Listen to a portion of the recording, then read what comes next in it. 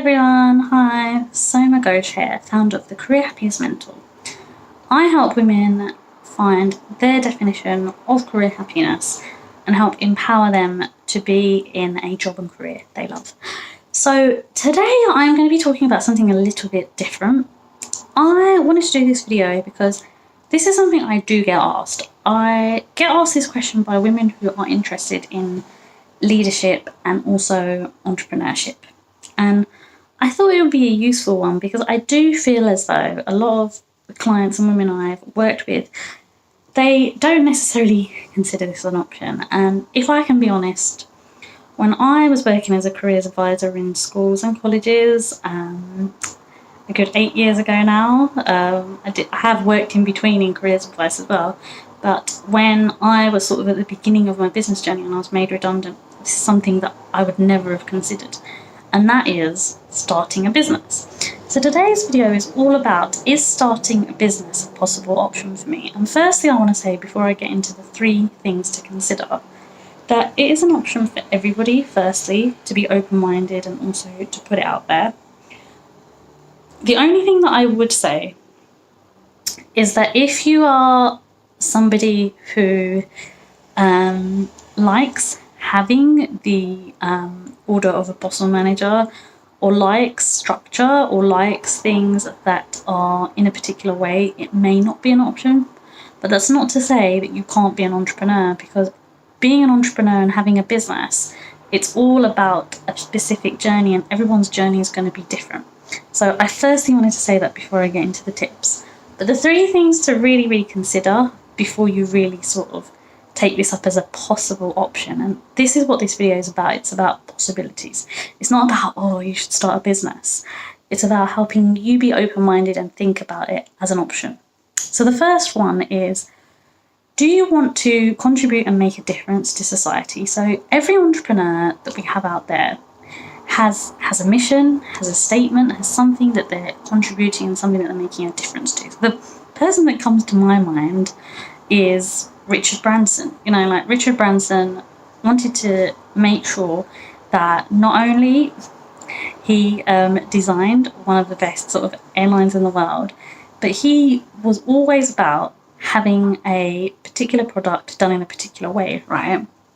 And you have other entrepreneurs whose mission it is to make a massive contribution. I can think of people like Oprah Winfrey, Mark Zuckerberg. All these people have a particular mission and they want to make a difference, and it's all about their passion and their mission mixed in together that helps them. And so it's important that if you want to contribute and you want to make a difference, that is something that you really think about. And this is something that I think a lot of business owners don't always think about. Yes, making the money is important when you have a business, but if you don't have the passion, the determination and the drive to have a business, it's not going to work, which is why contributing and making a difference is very important. And I can't address this enough, because I feel that it's really important that if you're considering having a business and you're solely thinking about the pound or dollar signs, you're going to be bitterly disappointed if there's no mission behind it, if there's no sort of passion behind it. So if you want to make a difference in the world, then it's definitely something to think about. The other example that really just quickly comes in my mind is the lady who found Mumsnet. She was struggling to find suggestions from other mums about holidays and things like that, and she created Mumsnet, and it's become a huge business, right? So from an idea like that, small idea like that, if you then want to then help other people, in her case it was helping mums, it collectively can make a difference globally and in a particular country. So that's what I mean by, if you're considering having a business, what's the mission going to be behind it?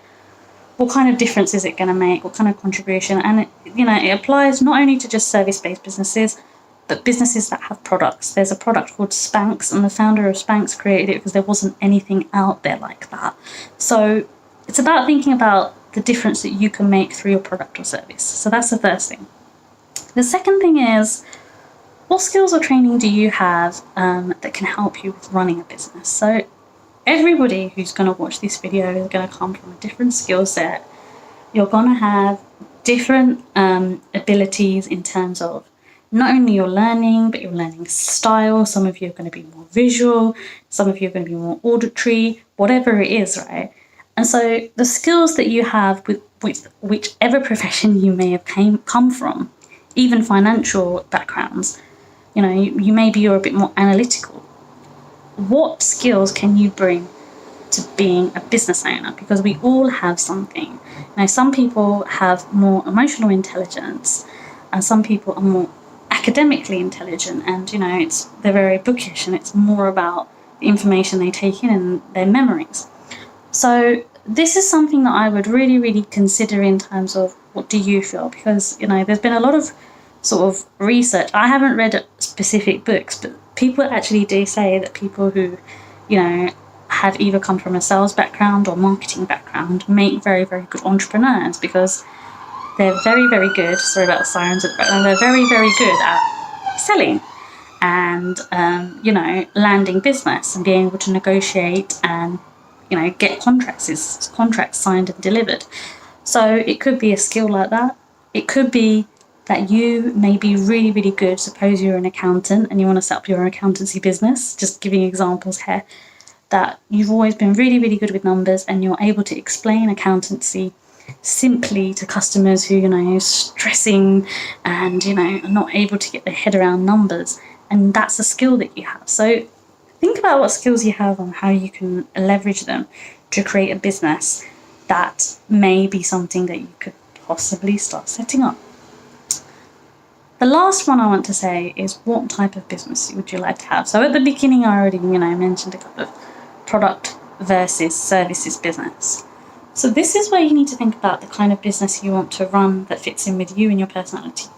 So there are a lot of different catering businesses out there. And the reason why I mention catering, for example, is I know a lot of people who are highly educated, who have their own catering businesses on the side. It's their side hustle. Or they have a cupcake business, or they have a product that they sell on the side as well as their day job, right? So it could be that when you're considering having a business, that your business is a part-time gig and that your job is also a part-time or full-time gig. So this doesn't mean that your business has to be your full-time gig. It could just be about, if you're a very creative person and you love cooking, or you love making cakes, or you love flower arranging, or love doing whatever skill it is, especially if it's creative, that you're doing it as a side thing to really, really show the creative talent you have. You know, there's a lot of talk around, there's lots of singers who sing in clubs and sing in other places, who they have a day job and then they sing at night, or they sing on the weekends, or they're wedding singers, for example.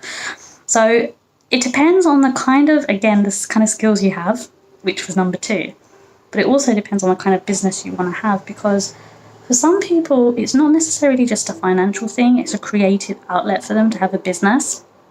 And it's something that they wouldn't necessarily consider doing as a full-time gig because they actually love their job, and it's just an additional thing that they love doing. So that's also what this video is about, because I want you to really be open-minded about this.